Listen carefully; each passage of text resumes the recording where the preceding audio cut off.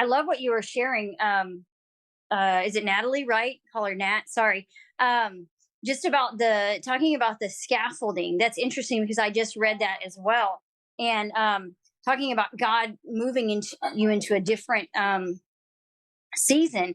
And man, that really resonates. And I feel like it's part of the testimony is um for me is recognizing that the end, so to speak, of this season where I thought these ladies and I were building something, and we had vision for this thing, but then the Lord said, no, actually, it's time for you to part, and not necessarily part as friends, but you're actually not building something together. But what I have done in you and through you together is going to carry you to go. It was almost like God brought us together for a season to pour into one another's lives.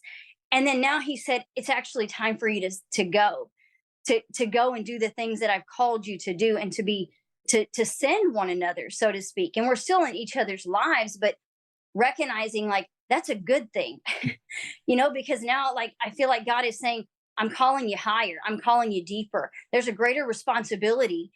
There's more work that you have to do. And you've had this safe place with these women, and you've had this safe place to I feel like practice. I don't know how else to, but a safe place to practice and to grow in some of these gifts and things that God has deposited on the inside of us. But then there's going to come a time where he might say, okay, now go. And it's almost like in that moment when we all realize like that's exactly what God is doing, there was like a moment of grief, like sadness, but then realizing like it's okay to be sad, but we're not saying goodbye. We're going higher. Like, and this is exciting because we're all growing. And if each one of us continues to grow, then the body is healthier. Like we're growing as a body. And when each individual wins, so to speak, like the body is healthier. And so it's not for us to hold back. And it was almost like this moment of like, man, this is such a treasure that we have this together. We've been building relationship with one another and learning what it looks like to grow in relationship, like in a healthy way, and have hard conversations and all of that. But it was like, I felt like it was such a treasure. And God said, you're holding on to the treasure when other people are desiring for these things too. Like what we have here, I feel like is a treasure. But then I recognize that other people are hungry for this too.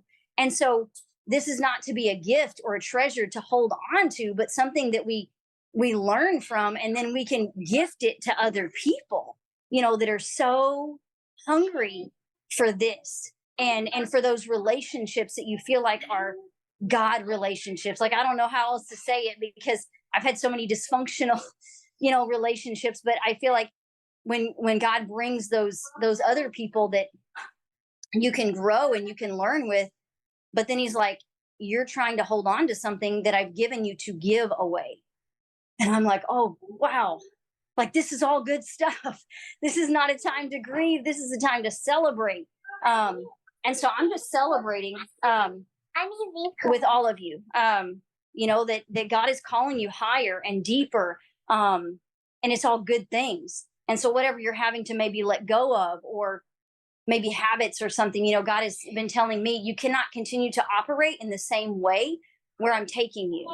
You need to recognize, are you stewarding your time well? But it's like this greater level of accountability and weight that's not heavy, but it's something that I have been feeling like in the depths of my soul, and it's not a heaviness, but it's like, oh, whoa, kind of a thing. And so, yeah, I'm just celebrating each and every one of you because what God is doing is all good things, all good things. So thanks for letting me chime in.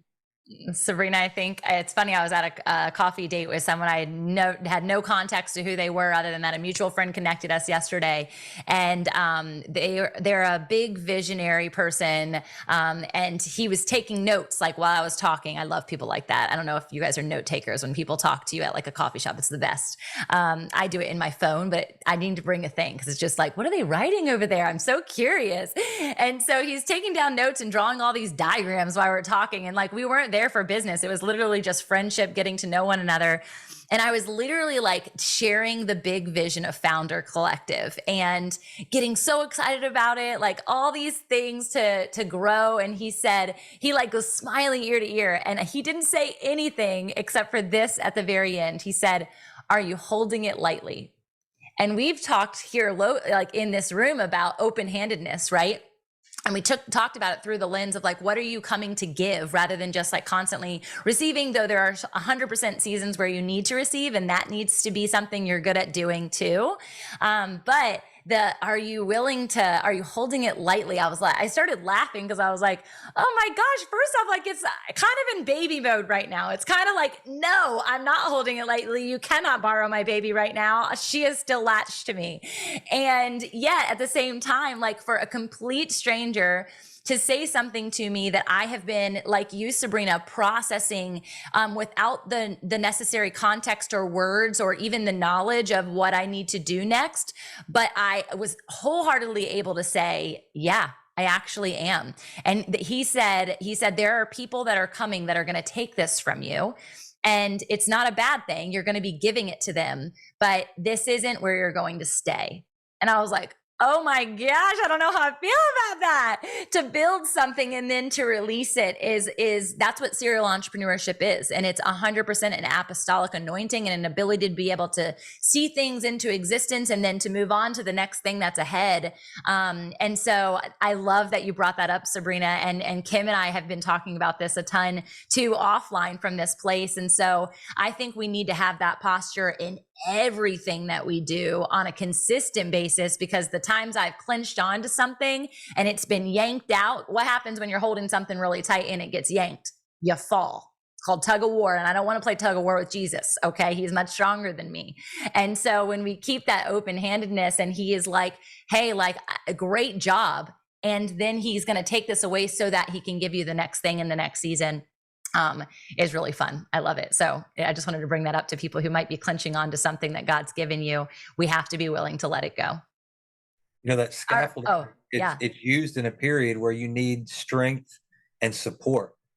And so many times we don't want to lose the scaffolding because we don't trust the strength and support we're supposed to have now. Like you'll see it, especially with concrete work and things like that. They'll put boards and things in place while it solidifies. But when you remove those boards, you're trusting that it's solidified. So as God begins to move those, we want to hold on and say, no, I'm not ready. And it's like, you are ready, because then you even think about some of those scaffoldings that were just boards supporting you.